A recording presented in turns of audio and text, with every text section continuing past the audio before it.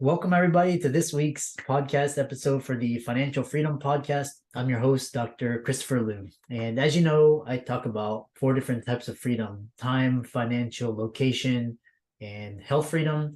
And in that light, I'm always talking to entrepreneurs, people doing things on the cutting edge, recording those conversations and sharing them with the world. So in that light, I have a entrepreneur in the truest sense of the word. His name is Jonathan McLernon, and he's actually gone through a lot of different life experiences, from eating, from almost nearly getting beaten, and he's translated that into a business for both weight loss and online businesses, automation, you name it. So he's a serial entrepreneur, and I'll let him talk about his background. And welcome to the show. So, Jonathan, welcome. Yeah, thank you, Christopher, and it's great to be here. And you're right. I've got kind of a crazy, like, varied background here. But a lot of the work that I do now was catalyzed by sort of a traumatic incident I went through when living in South Africa, when I was attacked and nearly beaten to death, and that sent me sort of on this journey that I was trying to figure out. So I became a binge eating food addict. That was my trauma coping mechanism, and of course, at the time, I didn't realize that that's what I was doing. I didn't have the level of understanding, but that's and I gained about 120 pounds in a 6 month span. Like it was shocking. I had no idea because I used to be an athlete, and so I had no idea that this could even happen. And during people would wonder, well, weren't you aware that like this was taking place and that you were getting bigger and so on? And I was like, well, kind of yes and no, because it sounds strange for somebody who hasn't experienced it, but there was a lot of dissociation and denial, and I just have to get through this or whatever, then I'll get back to what I was before. Like all these different stories that I was telling myself, sort of disregarding the train, like more than a train wreck, it was like a speeding freight train going off a cliff or something, until I realized, like, I can't keep doing this, I can't keep living like this. And so that sort of started this probably close to 10-year journey of trying to sort of find myself again and figure out, like, if like counting calories and macros and meal plans and weight training plans and things like that weren't solving my problem, what will? And that's kind of what brought me to the work that I do today. So Interesting, very, very interesting. So, tell us more about what you do current day, yeah. and I find it fascinating. Yeah, and just quickly, I wanted to just acknowledge, I think it's really cool that you talk about freedom in four domains, rather, because a lot of people do talk about financial freedom, but I love that it's locational freedom and health freedom and emotional freedom as well. Like, I think it's so important, because if we don't have our health, like, a lot of the other freedoms don't really mean anything to us. And so in a nutshell, the two main things that I do really three things. One is I have a podcast. It's called Between the Before and After, and that's us talking about people's life stories about overcoming adversity. So that's probably my passion project. It's not my primary means of income. Um, Secondly, I run Freedom Nutrition Coaching, and the goal of that, in a nutshell, is to marry the science of metabolism with the psychology of behavior change and the compassion of human connection. And that's quite a challenge to try to put those three things together, but that's what ultimately creates transformational results in people's lives. And then thirdly, I realized that I can only help so many people in a one-to-one coaching capacity. And so but in 2020, I started mentoring other coaches as well, and kind of showing them how they can build or transition an in-person practice into a virtual or an online practice. And for a long time, I was probably hesitant to throw my hat in the ring. I've been coaching online since 2015, so I've got a lot of experience in the space, but I was kind of hesitant to throw my hat in the ring, I think, just because of the kind of the type of reputation that the quote unquote guru industry kind of has. And so it's that part of it's largely been like quietly, just like by word of mouth. But um, I really, really enjoy seeing someone take something they're very good at and watch that idea come into fruition and turn into like a functioning digital business. So it's pretty cool. Yeah, yeah, it's interesting. And then you and me were talking, backstage, where you're actually, especially post 2020, where you're helping entrepreneurs pivot into virtual and Yeah. digital. So tell us more about that. Yeah. And kind of the way that I approach building a business is it's kind of like building a house. It's really like, so the foundation, you have to have that, and the foundation is like, what do you offer, and what do you offer in a unique way? So in a sense, those in sort of the health coaching space, there's similar tools that we're offering people. So pardon me, what's really important is how we frame this for people and how we frame it through our unique lens and create our unique message. And in the online space, I like to say that we either solve a very specific problem or we work with a very specific demographic. That's how we break through the noise, because there's millions of coaches out there. There's like billions of pieces of content being published every day. To break through the noise, we have to have a unique message. That can be a real challenge for someone to find within themselves. And so I'm if I could toot my own horn, I'm actually pretty good at helping somebody uncover their unique message. My mentorship clients call me the content whisperer, and I really enjoy that. But that's only the first part of it. The second part of it is what I call is like the frame of the house, the digital infrastructure. So how do you have this promise? I'm going to help this group of people get from point A to point B and be compensated well for that. Well, how do you deliver on that promise? And that's where a lot of people falter, is because they're so focused on making the sales and marketing their business, they forget like you also have to deliver effectively on your promise. And so how do you build that digital infrastructure? And then the third part of it is kind of like the interior design, or I call it the finishing touches. How do you craft a client experience? So yes, you need that digital infrastructure to support your business, but now you also have to create a client experience. What does it look like from the time that they're first aware that you exist to, on the other side, paying you money and telling other people about what it is that you do? And then lastly, you have the housewarming party. So we don't just build this house and then wait for people to show up and recognize that it's a new house. So we need to connect with people in our pre-existing network and make them aware that this is what we do, and we want to do this in a way that's not spammy or anything like that. I can't think of how many people have just gotten like a copy and paste message out of the blue on like Facebook Messenger or something. That doesn't really work. But open the door to real conversations with people where they'll ask you about what it is that you do, and then you're open to sharing. So that's kind of how I approach doing that. And there's a lot of obviously nuance and detail in there, both under the operations side and the marketing side of things. But that's how I sort of tie it all together. Yeah, interesting. So I know, especially business has really changed post pandemic. Mm-hmm. And I know you talk about building an online business from the ground up in 2021 and moving forward. Tell us more. Yeah. Well, I also thought, okay, if I'm going to, pardon me, if I'm going to teach people how to do this, I want to teach them how to do it in 28 days or less. And so I wrote a book called an ebook called the 28 Day Coach. It is available on Amazon, but afterwards I'll give you a link where if your readers want to get a complimentary copy, I can send you that link, and we'll put that in the show notes. But it's I think one of the biggest challenges we have is, how do we take an idea? I would love to do this thing with people and turn that into people are putting up their hand to pay me to help them solve this problem. Because we want to remember that ultimately a business exists to solve a problem that people are willing to pay to have solved. And that's ultimately what we're trying to do. And every business, regardless of what they are, is essentially doing that. We just have to think, what is the problem that they're solving? Disney is solving people's like boredom and desire for entertainment, for example. So we want to figure out, well, what is that? Because it's not enough to just have good intentions. We have to understand from the perspective of somebody who would pay us money, because we could think like our idea is the greatest idea in the world. I have this great idea, everyone's going to love it. Well, how do we know? We actually have to put it to the test. We have to put it out to people and see, is there any interest in this? And you kind of want to do that before you go through all the other steps of building and fleshing out. Like, I've built all this stuff and it turns out nobody wants what I have to offer. So you want to make sure that you validate what you're offering first before you really you go all in on something like this. Yeah. And what about, especially for online coaches, organic marketing? Mm. Tell us more. Well, what's really interesting is not to say that paid traffic isn't valuable, but you really have to. Speaking of like validating your offering, you really have to test it through organic marketing first. And organic marketing has an interesting advantage over paid advertising. Paid advertising, you can reach a volume of people, but it's a numbers game. The people that you're potentially reaching, there is no personal connection with, you know and so there's not a lot of nurturing. It's just like, man, I hope I can create a headline that attracts people and sucks them into watching my little short video describing what I do, and get them to maybe book a discovery call or something. But there really isn't a lot of rapport or personal connection, no like and trust built up. And so you simply have to get in front of like a huge volume of people to get enough people willing to click, sure, I'll check this out. And even then, the quality of lead is relatively low.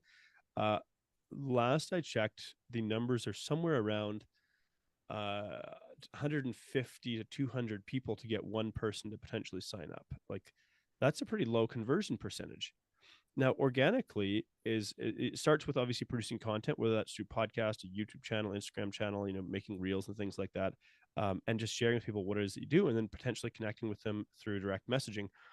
And of course, it's important to kind of do it in a non-spammy way. Nobody likes receiving a cold text message, but organic just means we're not paying anybody to do this. We're just producing content on the social channels we do best on and inviting people to communicate with us. And of course, in order to do that effectively, again, we have to have an attractive offer that people are kind of excited about. It feels unique and they're willing to part with money for. Yeah. And yeah, it's so interesting. And then how about systemizing and automation for Yeah. And I like to differentiate between systemization and automation, because I think still there probably exists this bit of a myth out there that like you build this online business and just kind of like runs itself and money rolls in. It's like the digital environment is constantly shifting and evolving, and so we have to continue to have a hand in the business that we run. Now, automation for me is removing the human element altogether. Systemization is letting technology do what technology does best, which frees us up to do the human component of the work that we do. And I think that's really, really important. I use systemization and technology to do all of the administrative tasks in my business, so I have more time to spend working in a human capacity with my clients, because the internet's just a medium. Ultimately, and just for context, a couple of years back, I really tried to make a fairly automated business where clients had limited access to me. Well, it turns out they don't like that. It doesn't like, they really don't. They're in order, especially if you're working any sort of like coaching or mentorship type capacity. There's such need for genuine human connection, especially post pandemic. There's a real hunger for that, and so we've seen this shift back to, okay, we have to figure out how to create scalability, and we create scalability through systemization, but we can't lose the human connection in there. And so I try to be a very human like online business as well. interesting? Um, One thing that's talking about is the audience size, and Mm. do you need a big audience to be successful? No, that's quite a myth, actually. Now, I'm not going to say that having a big audience doesn't potentially help if you have significant reach, but when you're trying to nurture like a meaningful community of engaged people, if let's say you have an audience of maybe 20,000 or 40,000 or something like that, which sounds like a great number, but in reality, could you ever like contact or communicate or be in touch with all of them? You just kind of have to put stuff out there and hope that somebody out there sees it and reaches out to you. If and think about how long it would take somebody to serve 40,000 people. It would take potentially a lifetime, in depending on the type of like coaching that you're doing, unless you build a large team. And so the idea that I have to have a big audience to succeed is a myth. You want to have an audience, but a small engaged audience, you can actually nurture a really engaged and connected um, community of people that feel a much deeper sense of connection than somebody with, say, a million followers in social media that has like no personal connection with any of their followers. Yeah. Um, and the other thing is this six-figure goal. Why do you think this is overrated in business? Well, this is what a lot of people promise. Now, that being said, I almost want to put this caveat in here because it seems like there's a bit of runaway inflation at the time of recording this. So I'm like, maybe six figures is going to be like the new $40,000 a year by the time this hits the airwaves. But in reality, so of course, if you go to build an online business, what you're going to see is in the guru's face, people talking about either creating a six-figure or a seven-figure business. So just to clarify, what we're talking about is a business that does more than 100,000 in revenue is a six-figure, and a business that does more than $1 million in revenue would be a seven-figure business. But what's understood is what's known as the utility of money. There's this idea that the more money I have, the happier I will be, and that's a myth. What we see is beyond about, at the time of recording this anyways, is beyond about $80,000 a year, people's sort of happiness with increased income drops. There's a diminishing returns on it. And so, and what I found even in my own businesses is when I was really pushing for like high income numbers, I was not happy. I was stressed out. I was burnt out. I was pushing way harder than I needed to. And truth is, I didn't really want to manage a team. I just wanted to run a lifestyle business where I could make money, make ends meet, but I got the freedom to go have lunch with my wife and my little boy. Or, if I want to go for a walk or have a nap or go for a workout in the middle of the day, I can without feeling like, everything's going to fall apart. And so, to and the average like coach in sort of the, particularly I could speak maybe most accurately in the health coaching space, makes between 4 and 5 grand a month, which is between 50 to 60 grand a year, give or take. That's what the average coach is making it. So I think this mentorship industry would love to tell you that all these coaches are crushing it and having 20K months and 30K months and 50K months and so on and so forth. And it's like, that's extremely rare, actually. I've been in the mentorship industry for 3 years now. I've also done some contract mentorship within a couple of the biggest mentorship coaching programs in the space. So I've seen behind the curtains. I know what people are actually doing. And probably about 10%, if that, of people are really crushing it. And probably about 80% are sort of getting mediocre results, and 10% are just languishing in the background. Like, not everyone's crushing it, making 6 figures. Like, it's actually a challenge to make a go of that. And so I think it's important that we be realistic about that. It's not impossible, and there's ways to get yourself into that 10%, but sometimes it's going to take longer than 12 weeks as well. Yeah. What do you see as the dark side of this mentorship guru industry? I think there's a lot of what I would call like predatory sharks out there. So I'm also really well versed in sales calls, discovery calls, enrollment calls. That was one of my specializations within one mentorship company that I was working for, was teaching people how to do enrollment calls and how to, objection handle and so on and so forth. I do a lot of work in and around mindset, and as such, like, a lot of people aren't aware of how enrollment calls work, and they're structured in a certain way to elicit you, to move you into a certain emotional state, to elicit a certain emotional response from you to get you to buy. And a lot of mentorship companies, what they do is they focus on the numbers, like enrolling as many people as possible. And once you're in, it's like, yeah, that's it. Whether or not it's right for you, it's like, too bad, we already got your money, so what are you going to do? And that happened to me back in 2019. I remember paying like $7,500 to go into this program, and excuse me, they told me everything I wanted to hear, how this was going to transform my business. I got inside the program and I was like, this isn't even for my type of business. This is absolutely the wrong fit. Yeah. Your sales guy was really good, and I believed him because I'm a trusting kind of guy. Mhm. And all I've found is that like, this is nothing like I was promised.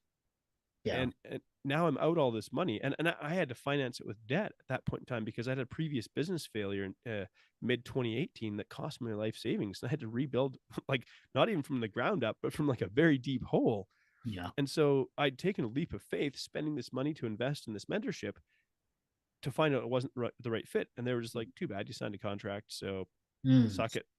And I was like, that really sucked. It left a bad taste in my mouth. And it was like, I'm obviously just one person, but I'm like, I'm never going to do business again with them. And if anybody asks me about them, Yeah. and I think probably for the right people, they're the good program. But if they were to have integrity, they would have, because I laid out a very clear case. It wasn't a matter of me like not doing the work. I said, here's the things that my business does. Here's the things that your mentorship teaches, and the two don't match up. Mm. I made a very, because I understand I'm in business. Like, you can't just hand a refund out like candy to everyone who says, I don't want to do this anymore. I just had a change of mind. Like, so I did my due diligence and laid out a very clear case for it. And I'm like, too bad, we're not doing that. Mhm. And so that just really stung. And so there's a lot of, because coaches are really heart-centered people, like coaches, practitioners, therapists, and very heart-centered, like people who want to serve others, which is beautiful. It's needed in this industry. But also what it means is it's not so hard to be kind of manipulated unknowingly on an enrollment call for a lot of money, only to find out after the fact that, well, you kind of got sucked into something that wasn't the right fit for you. Mhm. Because people might ask, okay, well, why, if you've worked for some of these big mentorship companies, why didn't you stay with them? and Yeah. and ultimately what it boils down to is I was watching people get enrolled in these programs, and they're basically throwing me Hail Marys. Hey, can you save this person? they Mhm. they they they were desperate, and they put this on their credit card, and they're now 8K in debt or 10K in debt. Help save them. And I'm like, I can't do that. And it's not right. You shouldn't have enrolled these people. They weren't qualified properly. Like, I think it's so important in business that we recognize, like in my nutrition coaching, if somebody comes to me and they've got a medical disorder that is totally out of my scope of practice, and they're Mhm. desperate for help, and they're like, I'll pay you whatever, I still won't enroll them because I can't help them. I'm not qualified to help them. And it's so important. I'm passionate about this because I've been burned before, and I've watched people be burned before. And I think it's wrong. Now, that's not to say, there aren't good mentors out there. There are, but Mm. it can be hard to find them. And you've Yeah. got to do your due diligence. You got to be willing to stand up for yourself, even on these enrollment calls, and really go with your gut and recognize when something feels slightly off, where it feels like they're just trying to hit a revenue target as opposed to really truly genuinely serve you and help you. Because Yeah. when someone invests in mentorship, they're investing in it. And so any of my mentorship, I back with an ROI guarantee. I will work with you until you make that investment back. Mhm. And that's my simple way of saying, like, uh, I know we sign up for 12 weeks, but I recognize if in 12 weeks we haven't hit that revenue target, I'm going to keep working with you because that's why you signed up for me. And so I really feel like this industry badly needs integrity. Yeah, yeah, yeah. Because the thing is with this guru thing, you don't. It's basically anybody can start a account and claim these things and Yeah. show these fancy pictures but so there you have to really have a really strong sense of moral integrity and Mm-mm. really help those that you can really help. But I turn away a lot of people because I can't really help them, and Yeah. and then we need to speak up for the bad actors and Yeah. the people in this industry that give it a bad name. So um great conversation. How can people follow you, Yeah. visit you, contact you? Yeah, well, if you wanted to check out what I offer in terms of mentorship, we'll put the link in the show notes. But it's John McLernon, JonMcLernon.com, and that'll tell you all about the mentorship that I do, including pricing. So you already know before you jump on a discovery call with me, like what you're going to invest to work with me. You Yeah. know, that way that takes all the tension away. If you know what the investment is and you're like, all right, cool, I want to go for it. Sweet. Now we can just have a conversation. There's not this tension of like, oh, when they drop the price, and I would say it's extremely reasonable. I've chosen to do it this way because I'm not chasing huge number of figures to brag about it on social media. I'm doing this to genuinely help the industry move forward. If you're interested in the nutrition coaching that I do, which I think is quite unique in this space, freedomnutritioncoach.com. And of course, if you want to hear some inspiring stories, life stories of people overcoming adversity in their life between the before and after, is my podcast. So Excellent. And for all of the listeners out there, Jonathan's links will be in the links and show notes. Thanks so much. Be sure to check out him on his social media, especially YouTube and Twitter, TikTok, LinkedIn. And with that, we'll call it a day. And thanks so much for coming onto the podcast.